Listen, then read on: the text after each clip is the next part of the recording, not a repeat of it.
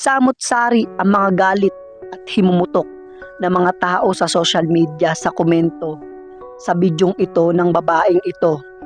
Siya ay hahatulan na ng bitay dahil sa kanyang ginawa.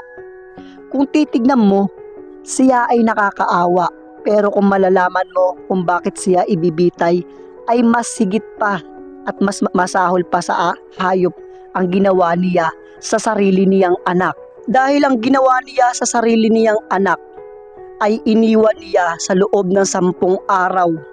Habang sila ay nagpapakasaya, nagbabanding ng kanyang mga kasama at kamag-anak, ang batang ito ay iniwan niya sa loob nga ng 10 araw.